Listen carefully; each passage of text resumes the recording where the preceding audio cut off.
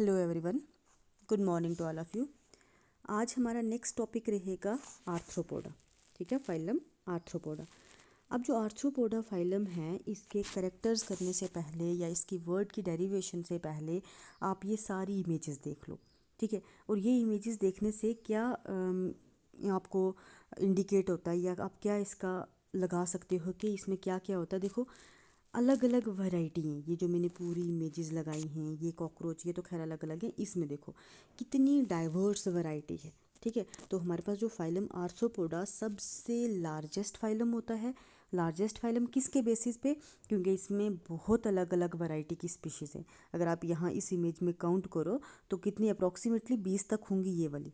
ठीक है, 20 तक ये वाली पिक्चर्स हैं जो इंडिकेट करती हैं कि इसमें बहुत अलग अलग वैरायटी की स्पीशीज़ देखने को मिलती हैं। ठीक है, उसके बाद ये वाली देखो कॉकरोच, जो हर किसी ने देखा होगा, और लड़कियां तो इससे बहुत डरती हैं। अच्छा हाँ, डरने से एक फैक्ट याद आया।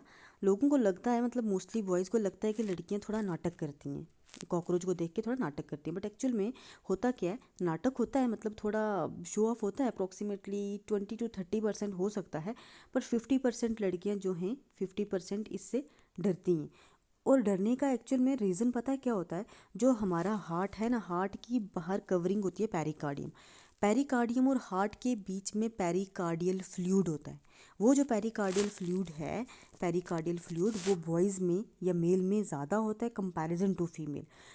यही एक रीज़न रहता है जिसकी वजह से लड़के लड़कियों के कंपैरिजन थोड़े ज़्यादा ब्रेव होते हैं, लड़कियां थोड़ी डर जाती हैं। ठीक है, तो कॉकरोच से डरने का रीज़न क्या होता है? पेरिकार्डियल फ्लूइड कम होता है, बाकी थोड़ा नाटक या शो ऑफ नहीं होता।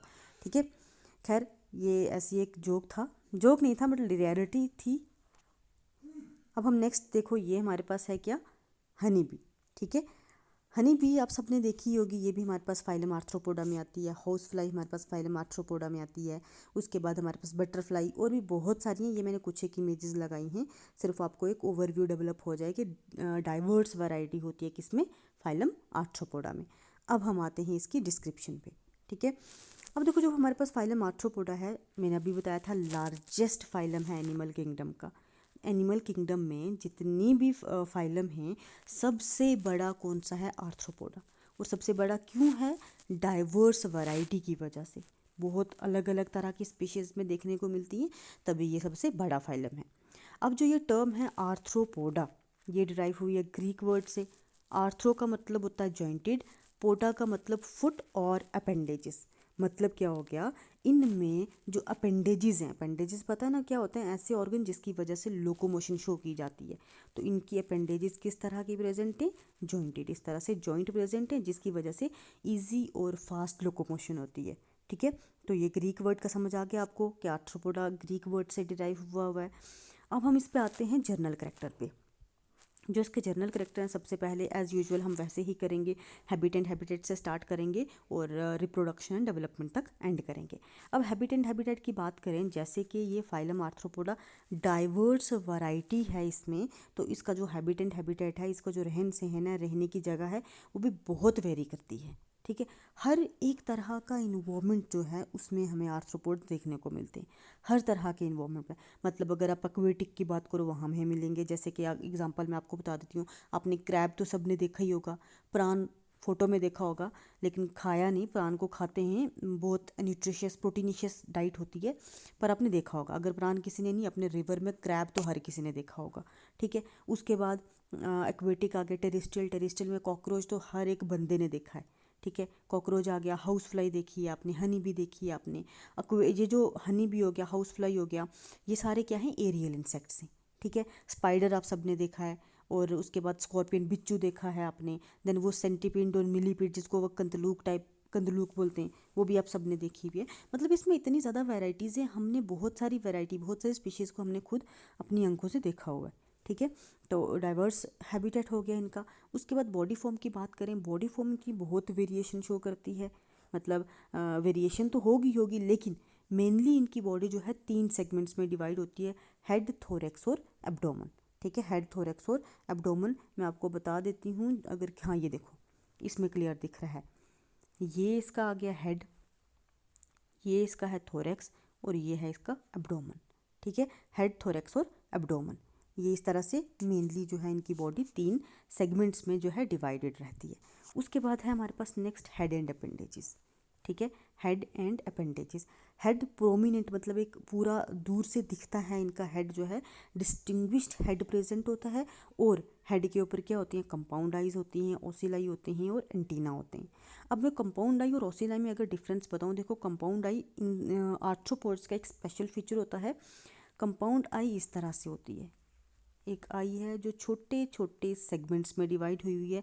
इन सेगमेंट्स को हम क्या बोलते हैं, ओमाटिडिया। और इनका फीचर कंपाउंड आई और सिंपल आई में, ये सिंपल आई है, कंपाउंड आई और सिंपल आई में डिफरेंस क्या है, सिंपल आई में ये एक लेंस है, सिर्फ एक लेंस है। लेकिन कंपाउंड आई की बात करें, जितने सेगमेंट्स हैं उतने अलग अलग लेंस हैं। ठीक है, आई जो है डिफरेंट सेगमेंट्स में डिवाइड हुई हुई है और हर एक सेगमेंट के पास अपना खुद का लेंस होता है।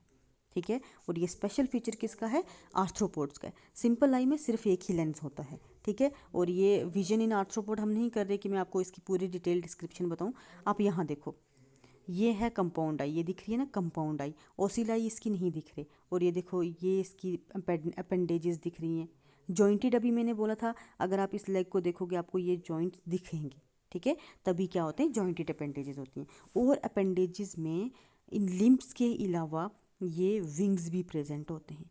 विंग्स जो हैं, 2 पेयर ऑफ विंग्स प्रेजेंट होते हैं आर्थ्रोपोड्स में। अब सब आर्थ्रोपोड्स में विंग्स नहीं प्रेजेंट होते, कुछ एक आर्थ्रोपोड्स में विंग्स भी प्रेजेंट होते हैं। ठीक है, अब अगर अपेंडेजेस की बात करें, जो लिम्ब्स हैं, विंग्स को छोड़ के जो लिम्ब्स हैं वो वेरी करती हैं 3 पेयर टू 750 लेग्स। मिनिमम कितनी है, 3 पेयर्स और मैक्सिमम कितनी जा रही हैं, 750 लेग्स। और ये 750 लेग्स किस में होती हैं, मिलीपीड में होती हैं। ठीक है, मिलीपीड और सेंटीपीड आप इसकी इमेजेस देख लेना, ये मुझे ऐड करनी याद नहीं रही। मिलीपीड में कितनी होंगी, 750 लेग्स, तो इनकी अपेंडेजेस बहुत ज़्यादा होती हैं। ठीक है, उसके बाद अगर बात करें लेवल ऑफ ऑर्गेनाइजेशन, अब ये बड़े कॉमन से फीचर हैं जो हर एक फाइलम में बड़े कॉमन है। आप एक ही को कर लो तो ये हो जाएगा। लेवल ऑफ ऑर्गेनाइजेशन, जैसे organ system level of organisation है, ये बहुत कॉमन हम करते आ रहे हैं। जर्म लेयर्स ट्रिप्लोब्लास्टिक मतलब एक्टोडर्म, मेसोडर्म और एंडोडर्म प्रेजेंट होते हैं, ये भी एक कॉमन फीचर आ गया। सिमेट्री, बायलेटरल सिमेट्री, ये मैंने आपको बताया हुआ क्या होती है। अब आते हैं एक्सोस्केलेटन। एक्सोस्केलेटन क्या होता है, बॉडी की कवरिंग, जो इनकी बॉडी के बाहर एक कवर बना होता है। इनका एक्सोस्केलेटन प्रेजेंट होता है in the form of chitin. अब ये काइटिन क्या है, आप काइटिन एक जैसे फंजाई है ना, फंजाई का सेल वॉल इसी से बनता है, काइटिन से। खैर हम फंजाई को छोड़ते हैं, हम आर्थ्रोपोड की बात करते हैं। जो आर्थ्रोपोड्स हैं, जो इंसेक्ट्स हैं, उनकी बॉडी जो है पूरी काइटिन से कवर्ड रहती है। अब ये काइटिन कैसा होता है, हार्ड, थोड़ा हार्ड सा होता है। कभी किसी का पाँव पड़ा होगा किसके ऊपर, कॉकरोच के ऊपर, तो एक आवाज़ आती है, वो किसकी आती है, यही काइटिन की। ठीक है, ये हार्ड कवरिंग होती है। और ये जो काइटिन होती है आर्थ्रोपोड्स को की बॉडी को ग्रो नहीं करने देती। इसको क्यूटिकल भी बोलते हैं। और हमेशा आर्थ्रोपोड्स को ये कवरिंग पूरी की पूरी बॉडी कवरिंग शेड करनी पड़ती है, पीरियोडिकल मतलब टाइम टू टाइम शेड करते हैं और फिर अपनी बॉडी को ग्रो करते हैं।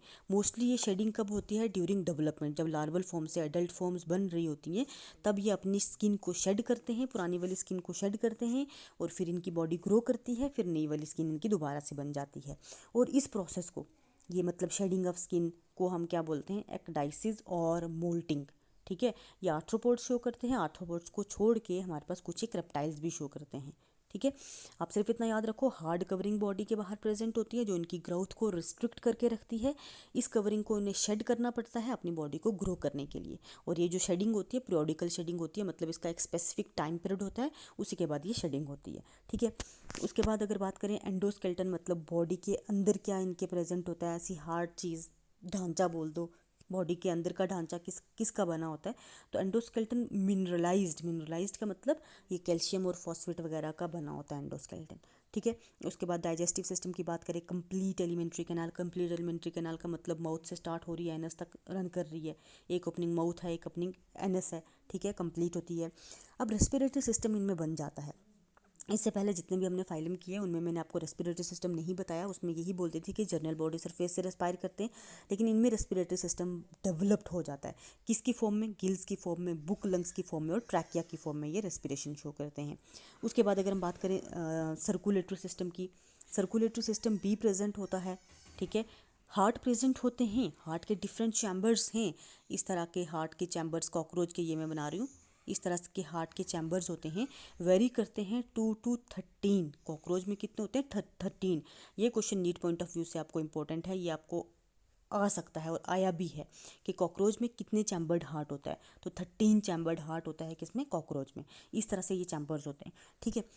लेकिन इनका जो सर्कुलेटरी सिस्टम है वो ओपन होता है। अब ओपन और क्लोज सर्कुलेटरी सिस्टम का मतलब क्या हो गया? ओपन सर्कुलेटरी सिस्टम मतलब ये हार्ट है, ठीक है, जितने मर्जी चैम्बर्ड है, ये ब्लड पूरा ओपन स्पेसेस में, जो बॉडी में कैविटी है, सिलोम है, उसमें ये ब्लड जो है फ्लो हो रहा है, इसको बोलते हैं open circulatory system. Close circulatory system का क्या मतलब होता है? हार्ट में पर्टिकुलरली आर्टरीज, वेन्स, कैपिलरीज लगी हुई हैं, ये यहाँ से ब्लड जा रहा है, ब्लड वापस आ रहा है, ठीक है। लेकिन ये आर्थ्रोपोड्स की अगर हम बात करें उसमें ओपन टाइप का होता है, हार्ट है और ओपन स्पेसेस, कैविटी, बॉडी की जो खाली जगह हैं उनमें ये ब्लड को फ्लो करते हैं, ठीक है। उसके बाद एक और चीज़, इनका जो ब्लड होता है वो 3 तरह का होता है, या तो कलरलेस, या रेड कलर का होगा, या ब्लू कलर का होगा।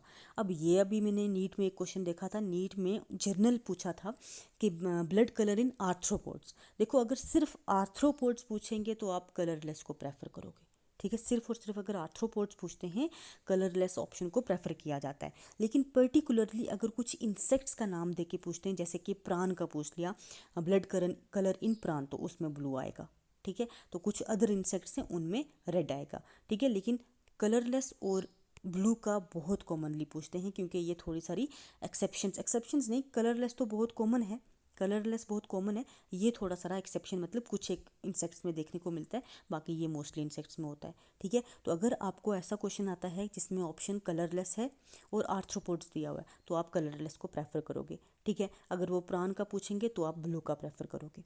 अब ये जो आपको सबको पता है कि जो रेड कलर का ब्लड होता है ड्यू टू हीमोग्लोबिन, हीमोग्लोबिन हमारी ब्लड पिगमेंट होती है जिसकी वजह से ब्लड का कलर रेड हो जाता है। लेकिन हीमोसाइनिन जो है ये, इसकी वजह से क्या होता है? कलर ब्लू होता है। और हीमोग्लोबिन में मेटल जो है आयरन प्रेजेंट होता है, हीमोसाइनिन में कॉपर प्रेजेंट होता है, ठीक है। ये चीज़ भी याद रखनी है आपको, हीमोग्लोबिन में आयरन मेटल होता है, हीमोसाइनिन में कॉपर मेटल होता है। अब आपको एक चीज़ मुझे बतानी है, देखो आयरन, आयरन जो है अगर इसको हम एक्सपोज रखते हैं, मतलब ऐसे ही बाहर रखते हैं, वहाँ हम उस पर पानी भी डाल रहे हैं, उसको हवा भी मिल रही है, तो उसको कोरिजन, रस्ट, जंग लग जाता है। लेकिन वही आयरन जो हमारे ब्लड में बहुत मूव कर रहा है, हमारे ब्लड में उसको एयर भी मिल रही है, मॉइस्चर भी मिल रहा है, लेकिन ब्लड में कोरिजन नहीं लगता, ब्लड में कोरिजन नहीं लगता। इसका रीज़न क्या है ये आप लोग मुझे कमेंट सेक्शन में बता दोगे। एक चीज़ मैं बता देती हूँ, आयरन जो है वो 2 फॉर्म्स में प्रेजेंट होता है, ठीक है। एक होता है फेरस, एक होता है फेरिक। अब आप लोगों ने मुझे ये बताना है कि हमारे ब्लड में इसमें से ये जो 2 फॉर्म्स हैं, एक फॉर्म को रस्टिंग होती है, कोरिजन लगता है, एक फॉर्म को नहीं लगता। आपने मुझे ये बताना है हमारे ब्लड में कौन सी फॉर्म प्रेजेंट होती है, फेरस होती है या फेरिक होती है, ठीक है। ये चीज़ आपने मुझे कमेंट सेक्शन में ज़रूर बतानी है, ठीक है। उसके बाद हम चलते हैं नेक्स्ट नर्वस सिस्टम पे। नर्वस सिस्टम प्रेजेंट होता है, डेवलप्ड होता है, और सेंस ऑर्गन भी कुछ एक प्रेजेंट होते हैं, जैसे मैंने अभी आपको एंटीना का नाम बताया था, तो एंटीना क्या होता है? इसका सेंस ऑर्गन होता है। उसके बाद एक्सक्रीटरी सिस्टम भी प्रेजेंट होता है, डेवलप्ड होता है, और एक्सक्रीटरी ऑर्गन्स जो हैं वो प्रेजेंट होते हैं इन द फॉर्म ऑफ एंटीनरी और ग्रीन ग्लैंड्स, माल्फिजियन ट्यूब्यूल्स, ठीक है। इसकी फॉर्म में इनमें एक्सक्रीटरी ऑर्गन प्रेजेंट होते हैं। और एक्सक्रीटरी मैटर अमोनिया भी हो सकता है, यूरिया भी हो सकता है, यूरिक एसिड भी हो सकता है। अमोनिया, जैसे आपको पता है अमोनिया एक्वेटिक वाले एक्सक्रीट करते हैं, यूरिया टेरेस्ट्रियल वाले एक्सक्रीट करते हैं, और यूरिक एसिड एरियल वाले। तो इसमें तो डाइवर्स वैरायटी है, तो ये सारी चीज़ें सारे टाइप के इनमें एक्सक्रीटरी मैटर प्रेजेंट होते हैं। उसके बाद अगर रिप्रोडक्शन की बात करें तो इनमें सेक्शुअल डाइमॉर्फिज्म क्लियर नहीं है। अब सेक्शुअल डाइमॉर्फिज्म क्या है? देखो अगर हम देखें ये एक इंसेक्ट है, ये एक इंसेक्ट है, हमें देखने से पता चल जाए ये मेल है, ये फीमेल है, ठीक है। तो इसको क्या बोलते हैं? Sexual dimorphism is clear.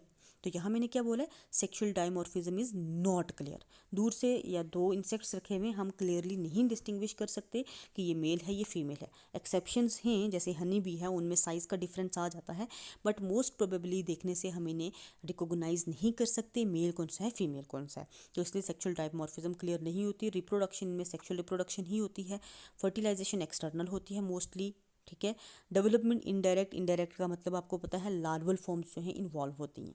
अब ये मैंने एक डायग्राम बनाई हुई है, एक जर्नलाइज डायग्राम बनाई है जिसमें मैंने आपको हेड, थोरैक्स और एब्डोमेन, हेड थोरैक्स एब्डोमेन बताया है, एंटीना, फोर विंग और हाइंड विंग, ठीक है, ये चीज़ें बताई हैं। अपेंडेजेस, लिम्ब सिर्फ एक ही शो की हुई है, बाकी दो जो हैं वो विंग्स के अंडर हैं।